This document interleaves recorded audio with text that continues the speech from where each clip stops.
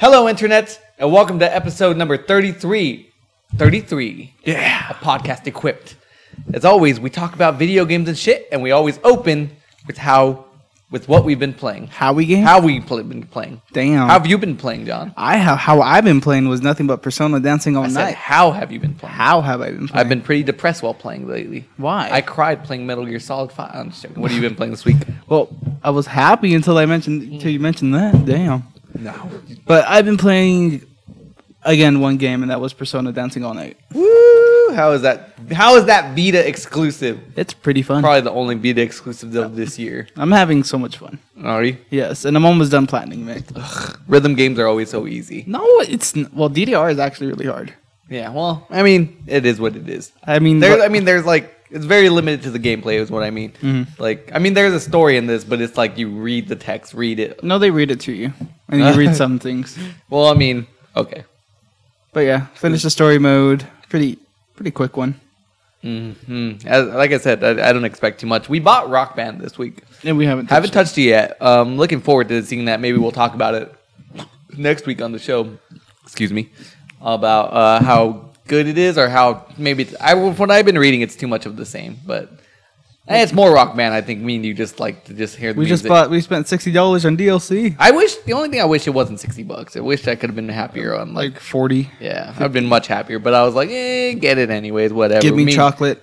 We like it too much. I've been playing more of Metal Gear Solid 5, and that's pretty much it. I don't think I've really touched anything else, and I didn't even play a lot of that this week. Like, I touched it for like a good 3 hours, then I played it again, and then I touched it again for like an hour, and I got frustrated, so I just stopped it.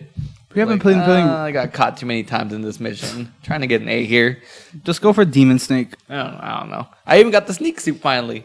Yay! But it didn't do shit. I still got caught. I feel like I got caught way more times than I did. Really? Yeah.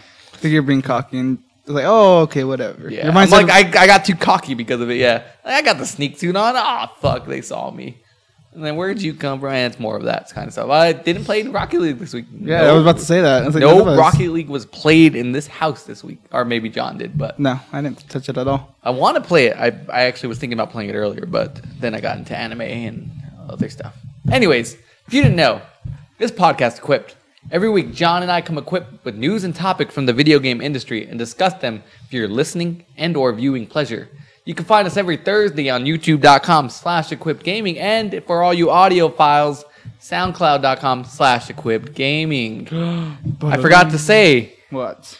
As always, I'm your host, Miguel Zarate, alongside my best friend, John Valencia. What's up, Internet? Woo!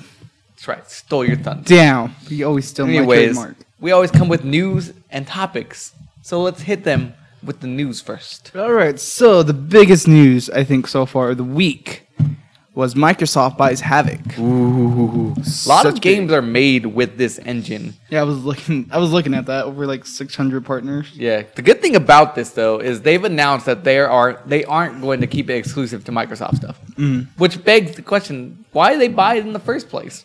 No, I was like, I don't see like it's like Mojang, I guess, or Mojang. I'm sorry, it's Mojang. Mojang with their damn Minecraft. Yeah, I mean, I guess Microsoft likes money, so. See, that I was wondering because I'm always used to seeing the Microsoft, Sony, like console people, like buying the damn devs. Like I'm used to seeing that, but not seeing them buy engines. Well, I mean, they normally develop engines in house. Like they have Sony has some of their own engines. I can't even think of it right now. But like, yeah, normally you don't see this. Like, go out and buy a third-party one that's already existing. Like normally there are in-house ones, like big developers like Konami, they own the Fox engine. Yeah. So it's like only they own it, but I don't think anybody else has used the Fox engine so far because it was developed specifically for Metal Gear Solid 5, and we'll see if Konami starts letting other people use this engine or not. They might. I'm pretty sure they will because, like I said, Konami's getting out of the AAA market, and so they're just probably going to... They have their Panchiko business, which they make a lot of money off, and then they're going to have... They can sell this out or rent it out or whatever you call it. For these things. But yeah, I thought it was interesting. Havok has been used to make games like Elder Scrolls. It was used to make The Last of Us and Infamous Second Son. So it's interesting that they bought it out, but then they're not going to use it for themselves. Again, they just probably want money. They want money, and I think this is a lot more indicative of where Microsoft is in seeing the Xbox brand. I think they're more focused on Windows right now. Like Windows. We want Windows gaming to be a thing. See, I didn't even think about the PC stuff. Yeah, Windows. Exactly. I feel like they're focusing way more on the PC than the actual Xbox. Yeah, and that's why you see like exclusive that like Fable, like that shouldn't that be exclusive to Xbox? That what makes people buy your console. But now that game's like on Windows as well. Well, I think Fable 2 and 3 were on what's it called? Steam.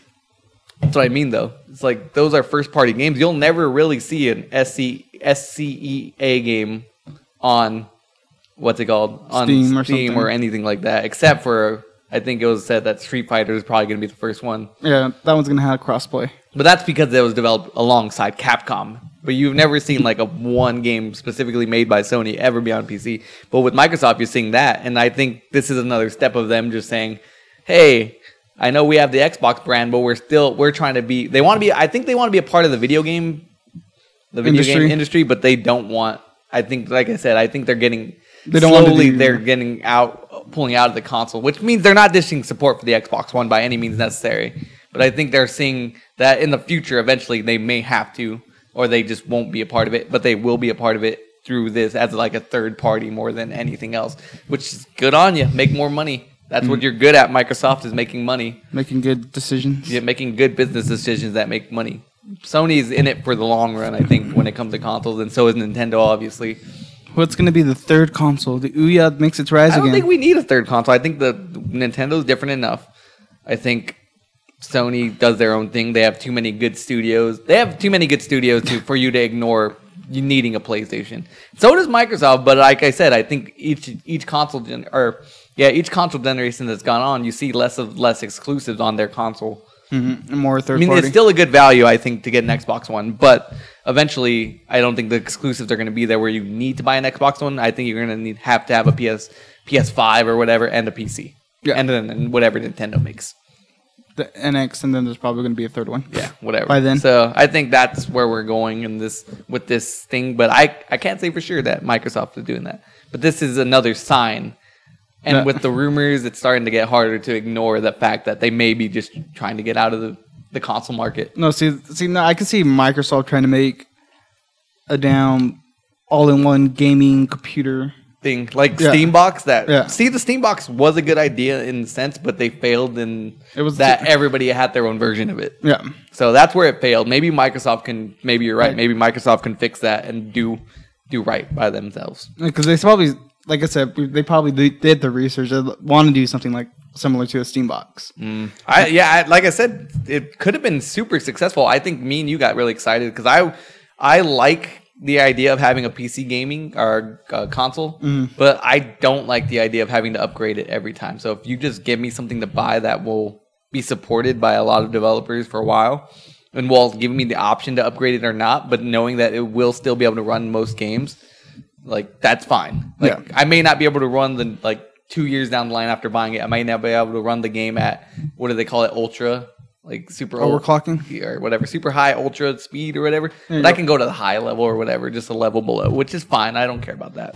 Yeah, because it's like, I just play, as long as the game runs smoothly. That's all I care that's right. I miss a lot of PC games because of that, because I don't own a good PC console. Look at the game, if you, with me, if you go back to some of my older lessons when I first tried to, testing out my damn laptop to its limit. Playing Doorways was just a nightmare. I had fun playing it, but it's just that sometimes it's just it was just struggling along. But now you got a gaming console, or a gaming PC. How's that working out? That one works so much better. There's some games. Although I still see you using your Vita way more than anything else. My Vita, I'm just sitting around the house. Oh, my PS4, it's plugged in. You don't really play PS4 games right now. You're not really into anything, I think, that's out. No, not yet. Not until I get Uncharted. But it's the month of October, John. I know. It's your favorite month for video games. It's like when horror movies come out, more horror games come out. I don't think there is any horror games, but I think we need to get on our Let's Play or live stream of whatever we want to do with Until Dawn. I think we got to make a date for that. Maybe the day before Halloween, maybe the day. Friday would be the day before Halloween. Yeah, maybe that. Do you want to do our thing on that Halloween? Yeah. On Halloween, or I thought you wanted to do it on Halloween. I don't know about on Halloween because we may have something to do. There may be something going on in our house where we can't. That's what I was talking about. That. Oh, okay. No, I'm talking about doing the live stream of. Live stream we could probably do the night before. It makes this perfect sense. Anyways, more news. Times Square's Best Buy Theater has been renamed and bought by Sony to make it the PlayStation Theater. Yeah, this one went through a lot of renovation. Like the inside's blue, it has a PlayStation like logo. It says PlayStation on the inside too. No, it looks cool. I've seen the inside. It's like they have Sony and PlayStation's all over the place on that thing. Mm-hmm. But what I'm excited about, and I didn't even think about this, and I was reading articles and trying like, why would they do this? Because Sony doesn't have a lot of money right now. So to be spending money on a property inside of New York City, a big theater, a big space, that's expensive. Mm-hmm. So I'm like, what could they be trying to do with this? And then I read an article, I want to say it's on GameSpot, I can't say for sure, but GameSpot probably. It's like, imagine if this is a step to making PlayStation VR a big thing, where they're going to have concerts at this theater and you're going to be able to stream it live on the PlayStation VR. Damn. That makes sense, right? Because they have to have their own little place where you can do that, because they have to have their own setup where they can have a camera that's positioned perfectly. Because they're not going to be able to go to every show around the country and be like, oh, let's get this one on PlayStation VR. It's like, nah, and then you have to put in the man hours, send people over there, set the cameras up and all that stuff. No, but this way they have their own set location where, okay, we're going to sign up a bunch of great acts here and we're going to stream them on PlayStation VR. Yeah, that's amazing. And I don't know what else they can do with it. I mean, that's the only thing I can really think of why they would be spending money on this. Plus, right now, brand recognition is super good for PlayStation. Mm-hmm. It's really hot right now. That PlayStation is so hot right now. It's fire. But yeah, that makes sense too, to get them out there in the biggest city. But to make sense financial wise, I think that's the only way it plays out. Yeah, because I didn't even think about them going into like doing VR concerts like that. Like. Yeah. Then again, it's like if they do the VR concerts, how much are they going to be? I think they'll be cheap, $5-10. I don't see why not. You know what I mean? Most people want to go see a show live, but for the fans who don't live in New York, obviously that's most of the people who probably own PlayStations are going to be like, oh yeah, I'll pay it. If like say I don't know what's the band, like 20. Huh? Maybe 20. I think that's too much. I think $10 is a sweet spot. It's like, well, I'm not seeing the show, but I get to see it like I'm in the show. Yeah. It's not the same thing, but who knows if they do it well enough. I don't know. Maybe they'll do a show. Maybe they'll have it open to the public too some days of the week where they just have PlayStation games going on there. But like, since it's like it got rebranded, I can probably see like more keynote PlayStation oriented. That's what I was thinking, but I don't know.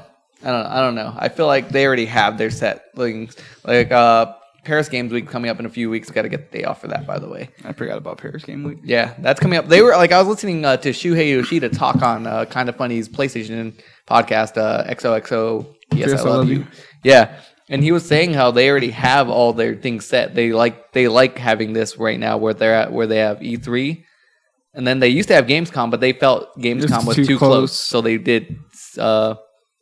TGS was next, and then TGS and Paris Games Week are really close.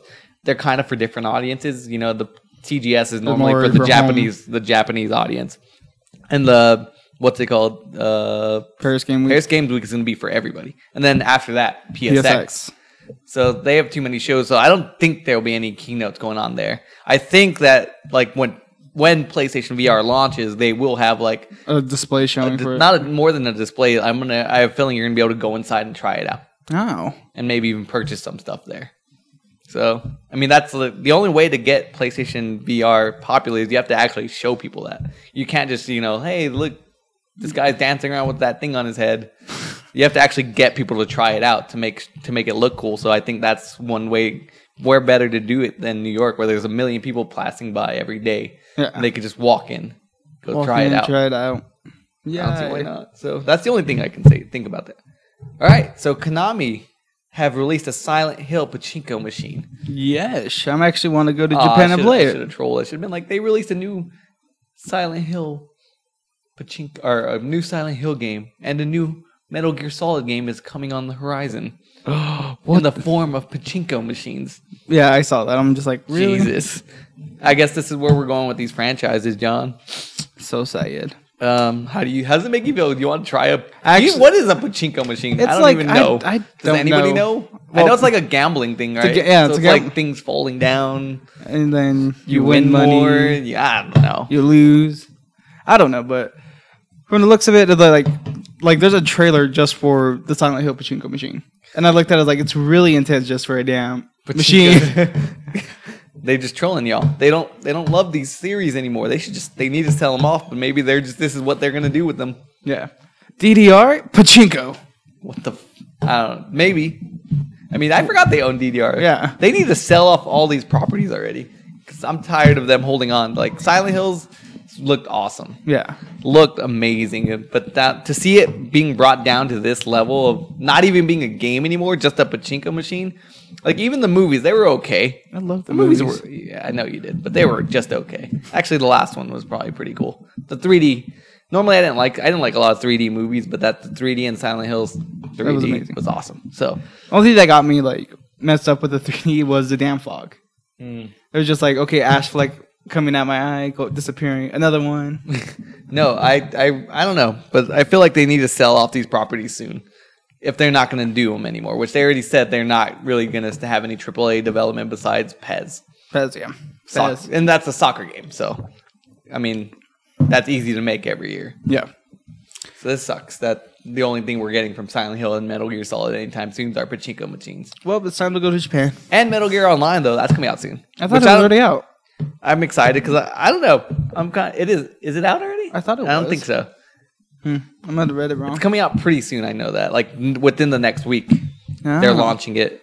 I'm excited about that, but I don't know because it's gonna be like GTA Online, where I still haven't played that. I think I played it like once. I was like, you haven't played GTA Online? Pretty sure I played it once. I was able to connect for like 5 minutes before he kicked me off. Yeah. So as you know, I don't play a lot of online games, so I don't even know how much I'm going to get into this, but I'm going to try it because I love Metal Gear Solid so far. So, yay, go Miguel, trying online for MGS. And then I want to try to get myself ready for when launches. For what? What's that game? Ubisoft? The Division. Oh, okay. I was like, which one? Ubisoft? Because I'm pretty sure that's only going to be online, so I better get used to it now before. Everything. What games can only have single player elements? All right, go ahead, John. Next story. All right, so Target, pretty big one actually. Target suggests a $50 PS4 price drop coming in the US. This makes sense, because we talked about it many a times on this show about how right now Xbox has the great fall lineup, and we didn't know if it was going to help or hurt PS4 or not, or if they're going to be able to sell more. But with a price drop now, I think it's going to that could boost sales. That could boost. No, that is going to boost sales, and then bundled with good games, good third-party games like Battlefront. Let's see, there's going to be a Battlefront bundle. There's already the Uncharted, the collection bundle, the Last of Us bundle, the Destiny bundle. Yeah, I think this Uncharted game is one of the first-party titles in a long time that I see on commercials. Yeah, like I'm at work. I don't watch TV that much here. But like when we watch football on Sunday, I saw a few of them. And then when at work all the time, ESPN's on normally, and I see a lot of Uncharted collection commercials, and I'm like, what? When do you ever see an Uncharted commercial? I'm used to the Destiny commercials, like those are on all the time. Yeah. Besides Destiny and Call of Duty, you really don't see that many video game first person. Well, no, even video game commercials, unless it's like some stupid app like. Come play Game of War, and then they hire like Mariah Carey for some reason. Oh my god, this game is so much fun! Yeah, it's like a sweet fantasy. Yeah, other than those, you really don't see like too many console games get commercials on TV. Other than Destiny, which they have Activision money, so that's why. Yeah, and it's for the first-person shooter crowd, which is a lot. But yeah, so I think Uncharted. Wait, what were we talking about? The Uncharted, or we were talking about price drop. I think the price drop is going to be. It's going to give the PlayStation 4 way more sales than they've been getting, and especially coming up with the holiday season if they do it before. Mm-hmm. I mean, like with the holiday season, like it's a perfect time to do it. I work too closely. Anyway, sorry. Yeah, with the holiday season coming up, the price drop is going to make too much sense. And we were always wondering what their answer to Xbox was for this. This may be their only answer that they have. Yeah. it's surprising it's coming after they're doing so many great their numbers are so good right now. Yeah. So it's kind of surprising, but it makes sense that they have to do this. Or else they're going to start losing that lead. And that's good that they realize that they don't have much this holiday season other than third parties. So good on you, Shuhei Yoshida. Drop everything. Get as many bundles out as possible with the same price. They are. Okay. Next one. Telltale Games pulls games off the iOS App Store for fixing. Ugh. This is why I don't like mobile games. Yeah, but it's only for the 9.0 iOS. I don't know. Oh, the new one that released? So it's like crashing now, right? Yeah, it's making the things have like sound glitches where it mutes or the game just crashes altogether. Ugh, that sucks. I'm sorry if you bought like Walking Dead on iOS. Yeah. That sucks. You deserve, to have a game that works after you purchase it. I think that's another problem we don't talk about much with mobile games, how much they update their systems. Yeah. You know what I mean? Like when you get the PS4, you get updates to the what is it called? The game. Not the game. The system itself. Like you get updates, but firmware. Yeah, like the firmware gets updated, but you don't have a drastic change. Like the iOS though, you switch iOS. Like iOS 9 just came out, and it's completely different from like iOS 8. Yeah, it switches everything around. So it's like switches the main components going around in there. So it's like when you do that, you can affect apps, and sometimes you don't know how it's going to affect them. And like something like this happening to my games, I'd be pissed, especially if it like somehow deletes anything on there. No, it's not deleting anything. It's just sound making glitching, it crap out. Yeah, sound glitching, crashing, not even opening up. And I guess that's just tough developing for a software that's constantly changing. Yeah, sucks. It's another con in mobile gaming. Far Cry Primal has been announced. That was probably what they were trying to live stream. No, that was. Oh, it was? February 23rd, 2016. For Expo and PS4, and March 2016 for PC. Huh. A Far Cry game when did Far Cry 4 come out? Was that earlier this year, right? Year, I think. Are you sure? Oh, wait. If it is, I think it was last year. Because there's rumors that this is just going to be more like Far Cry 4, but just with more bows. More bows and arrows. Yeah, but that this is just to get people amped up for next winter when they're going to release like a Far Cry 5. No, they're gonna keep Far Cry 4 Bloodline or whatever. See, because you know how they did a Far Cry Dragon Cry? No. Yeah, something like that. The one with all the neon lights. That was awesome. I played some of that. That was really fun, but I'm not a big FPS, so I didn't play it for too long. And plus it was on sale for like $3 or something. I thought we got it free. Was it? No. Well, we did get it free down the line, but I bought it before it was free. Oh. Blood Dragon. Oh, okay. Right? I think. Something like that. But so I think that's what this is going to be. It's going to be another Blood Dragon where they just release this smaller version of, say, Far Cry 4 in a different setting. And it'll get people amped up for Far Cry 5. Ah, okay. So if you're a Far Cry 5 or a Far Cry fan out there. Kind of remind me of that, what's it called? The other game. Why can't I remember? Dawn, yeah. Horizon? Yeah. This is interesting. I never thought about that, but this one actually does take place in that one. This one is just like it's a cyber version of that one. Yeah, cyberpunk. So, news I'm excited about, John. All right. So the news Miguel is excited for is Capcom promised Resident Evil 7 news coming soon. I'm hoping they announce it's a reboot. A reboot of what? 6? No, just a reboot of everything. Hit that reset button, Capcom. I'm tired of these games. I'm tired of Las Plagas. I don't care about that. I want zombies in this game. Las Plagas was 4. Whatever. I thought that's similar to everything that's been going on. That was the root of Ouroboros. Ouroboros, sorry. I'm tired of all this shit. I want zombies back, is my point. No, we like the parasitic things. I'm tired of these things that can think still, like they're humans. It's not what Resident Evil is, you know what I mean? It's just brain dead zombies that attack you. That's all I want. I want with how big The Walking Dead is, there's no reason you can't just have zombies anymore. Like, just bring it back. I'm tired of this. Plus, the story for Resident Evil has gotten so convoluted, nobody knows what the hell's going on anymore. I was like, I don't even know what's going on with 6. I don't, and I've played every single game. Except for 6. I couldn't play 6. 6 was just too awful. It's like, what do we do? Oh, you're dying? How do I get to you? Why am I running so fast? Like, what was that? What was 6? That's what I mean. They need to figure out what they're doing with it and sticking with it. Because 6 was just a mess, and everybody agrees with that. I've never met anybody who liked 6. The people who didn't play the first 4? No, I've never met anybody. Even people who never played a Resident Evil game, I'm sure if they picked that one up, they would be like, what the fuck? What was going on here? Everything was bad about it. The controls, the story, the action. There's 3 different parts you can play. What? 4. There was 4 different parts. 4? Yeah, there's 4 people, wasn't there? No. Are you sure? It was Chris and his partner, Leon and his partner, and then... Claire. No, not Claire. Jill. Not Jill. Jill's dead. No, the chick from the second one. The little kid you saved. Oh, yeah, you're right. And then Wesker's son. They were teamed up together. And all of this was just bullcrap. It's like, what? Yeah, what's going on here? So please just focus on something and don't make a shit game. Otherwise, I think they're gonna kill the franchise event if they keep going down this path. They're gonna make a Panchiko machine soon. Fuck you. Anyways, that's enough. That's all the news we have. It's been a really slow news week. Yeah, with gaming at least. So we have a big topic of the week, though, and I think something that's very seriously could affect everybody soon, and that is. When are we done with physical games, John? When do we go all digital? When do we stop getting these discs and stop having to go to the shitty GameStop down the street?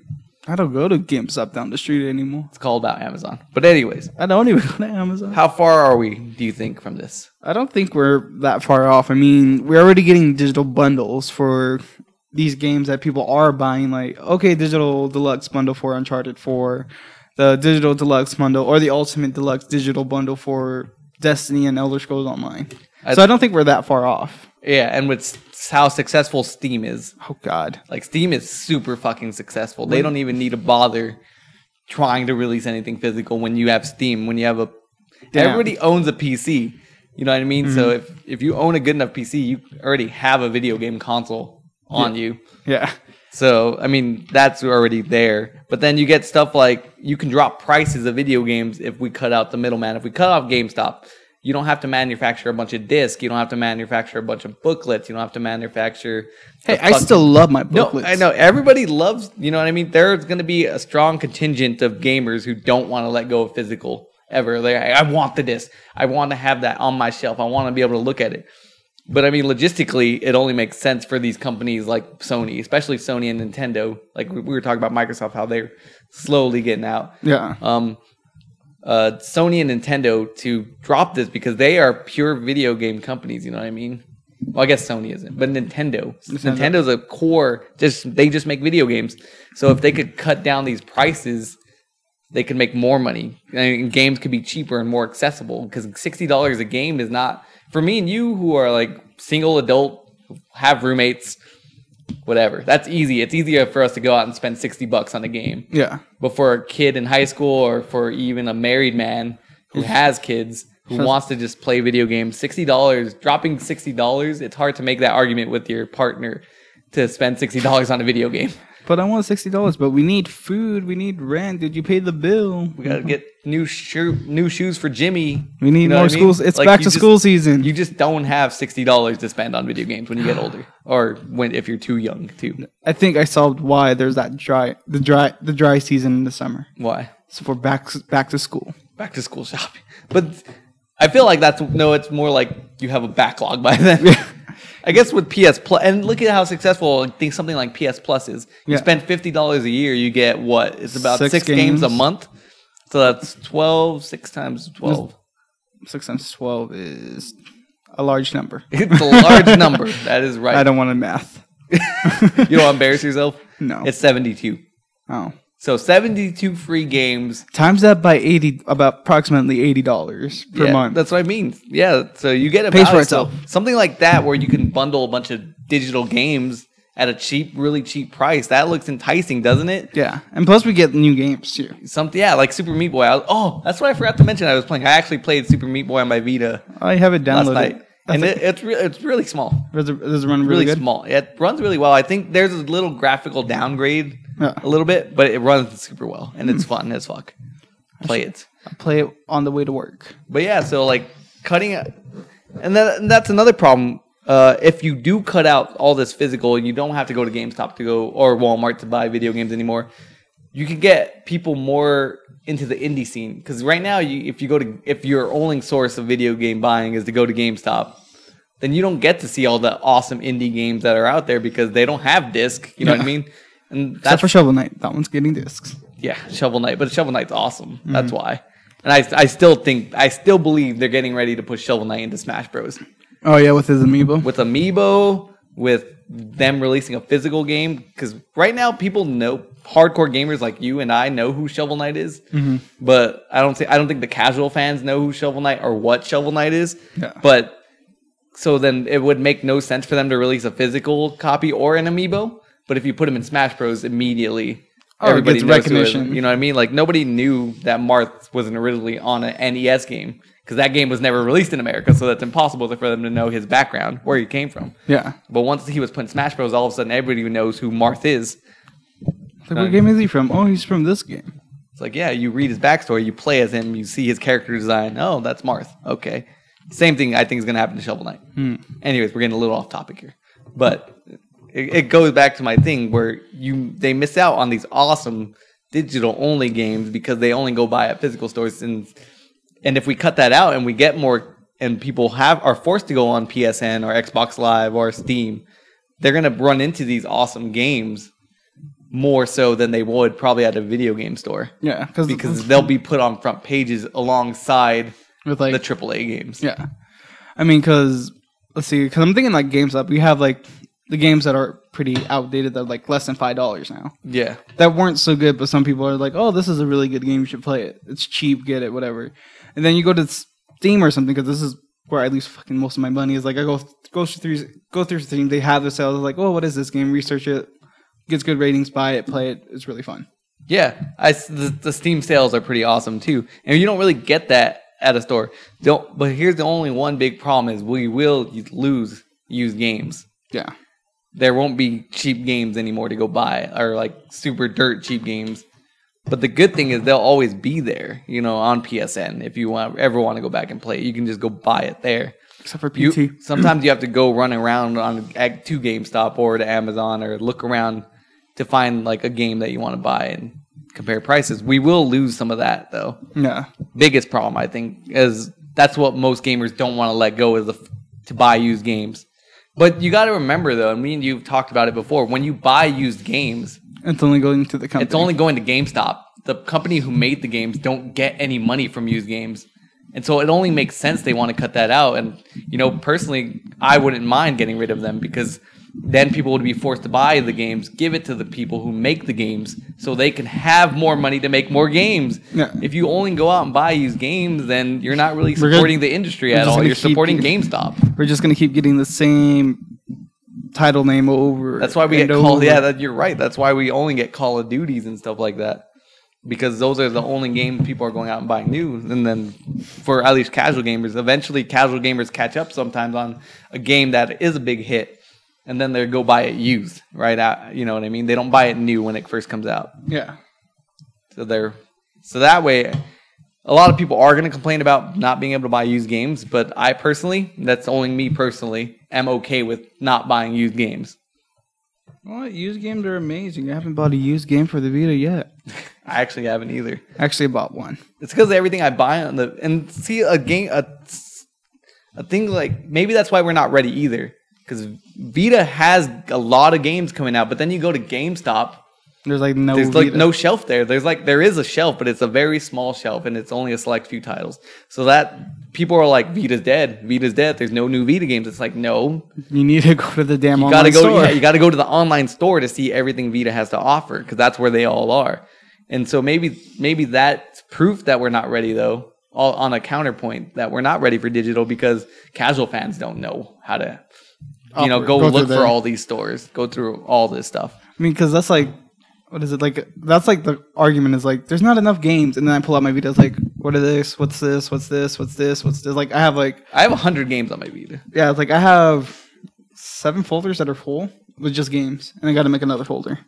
That means you have at least 70, because each folder can fit 10. Yeah. So it's like, you know what I mean? There is a lot of games out there, but nobody knows about it because they don't go to the store. They don't go to the digital store. They only look at what's at GameStop, what's on Amazon, and those are only physical for the most part. Amazon sells a little bit of digital codes for games, but why even go? Why even have that? I don't understand why GameStop sells digital.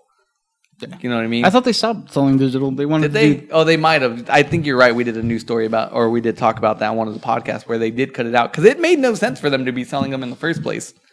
Because that means like, oh, okay, I could give $60 to GameStop and they get like $20 from that probably, and Sony will get $40 depending on what game you're purchasing, obviously. But you could just go to PSN and the developer and Sony will split that money instead. Yeah. You know what I mean? Much easier, much simpler. Cut out the middleman. And like we said, game prices will already drop if we have to cut out the physical. So let's just do it. Because we're just spending money on disc and case. Yeah. And artwork. Which is kind of sad. We're going to miss that a little bit, but whatever. You know, I think as I get older anyways, I care less and less about having video games everywhere. And this makes it easier. It's like, oh, I don't have to look at it. But if we are going to do this, we are going to need bigger hard drives from Sony and Microsoft and Nintendo. Yeah. At least what, like 500 gigabytes it's ridiculously not enough. I have like 10 games, I have a bunch of small indie games on the PS4, but then I have like 3 maybe AAA games on my PS4 and it's filled. It's filled. So they're so big, they're like 48 gigs each. Yeah. And then another reason why we might not be ready for digital is we're lucky. We live in a part of the country where we don't have data caps here. Mm. You know what I mean? Like we pay a flat fee, 70, whatever it is, 70, 80 bucks for unlimited high-speed internet. Yeah. You go around to other parts of the country, they have data caps, so they're only allowed to use this much data. So downloading a game wouldn't be possible for them. Yeah. It's like when the DRM was announced for Microsoft. Do you remember what the executive at the time said about people who don't have fast internet or who don't have internet at all? No, you don't remember? I remember people were infuriated about this. He said, "We have a product for you. It's called the Xbox 360." Oh, God. And this is when Microsoft was on the downturn. You know, this is when everybody was angry at them, and this is why PlayStation is so strong today. It's because comments like that. So it's like, I don't think we're ready. Starting like today, if today they announced these consoles were going all digital, we would not have the infrastructure in place to support that. They would lose business. So I think they understand that, Microsoft and Sony. But down the line, maybe the next PS5, maybe PS5 or no, I guess PS6 maybe. PS5, PS6, whatever. Because you got to remember, these console lives are like 8 years. So this one we won't see anything new until like 2022. God. So, but no, I forgot. You made me lose my train of thought, John. I always do that in this podcast, it seems. You always do, because I'm like on a rant. Sometimes you gotta let me rant. No. I'm just gonna put. What was the last thing I said? Something. No, that wasn't the last thing. Besides the console, Microsoft, the infrastructure. That's right. So it's like we have to wait a couple of years till the internet gets to where we are, to where we need it to be, where everybody has Wi-Fi. You know, where everybody has Google Fiber, basically, so they can have unlimited internet. Everybody can download these games at a fast speed or a fast enough speed, and we need to have enough room to put them on the console. Mm-hmm. So, and then we also forgot about PS Now with game streamings. I don't think PS Now is a good idea in a sense, but I feel like making emulation would be better. Would be way better. Where it's like there's these emulators, you can download them onto your consoles, and I'm not saying people go out there and make your own emulator. No, we don't support piracy on this show. But we don't support piracy on the show. But if like Sony released a patch where they put a PS1 emulator or PS2 emulator, PS3 emulator, that's the hardest one to do because the PS3 is such a different one. But for sure PS1 and PS2 can be done. There's no doubt about it in my mind.